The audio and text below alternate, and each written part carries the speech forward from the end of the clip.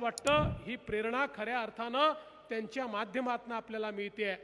आणि ही गोष्ट देखील खरी आहे की जे द्रष्टे असतात त्यांना गोष्टी आधीच समजतात।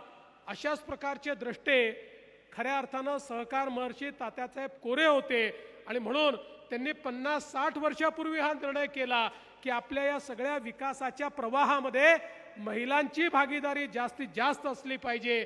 आणि आज तीच भागीदारी मोठ्या प्रमाणात आपल्याला पाहायला मिळते।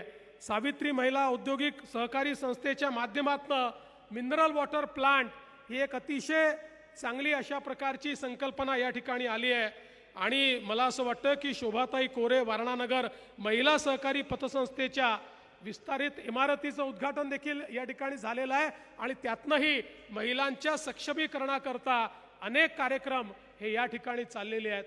खरं म्हणजे एका गोष्टीचा उल्लेख मी केला पाहिजे, आमचे मित्र या ठिकाणी विनय कोरेजी एक असं व्यक्तिमत्व आहे की अतिशय शांतपणे क्रांती घडवणारं व्यक्तिमत्व आहे।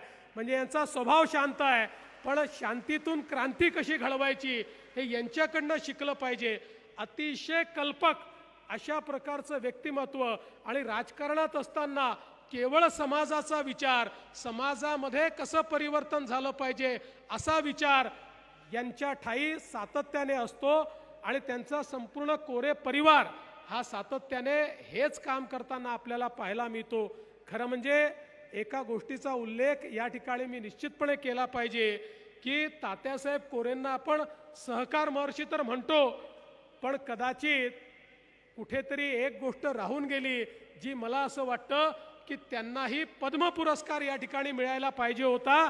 आणि म्हणून निश्चितपणे सरकारच्या वतीनं आम्ही या ठिकाणी शिफारस करू की या स्वर्ण जयंतीच्या निमित्ताने ज्यांनी सहकार काय असतो, परिवर्तन काय असतं, लोकांपर्यंत समृद्धी कशी पोचवायची, महिलांचं सक्षमीकरण कसं करायचं हा वास्तुपाठ आपल्याला दिला, त्या सहकार महर्षी तात्यासाहेब कोरेंना पद्म पुरस्कार मिळावा अशा प्रकारची शिफारस निश्चितपणे आम्ही करू हा विश्वास या निमित्ताने देतो।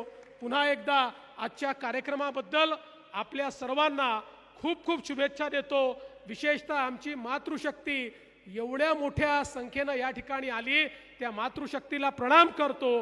पुन्हा एकदा महामहिम राष्ट्रपती महोदयांचं स्वागत करतो आणि माझं बोलणं संपवतो। धन्यवाद।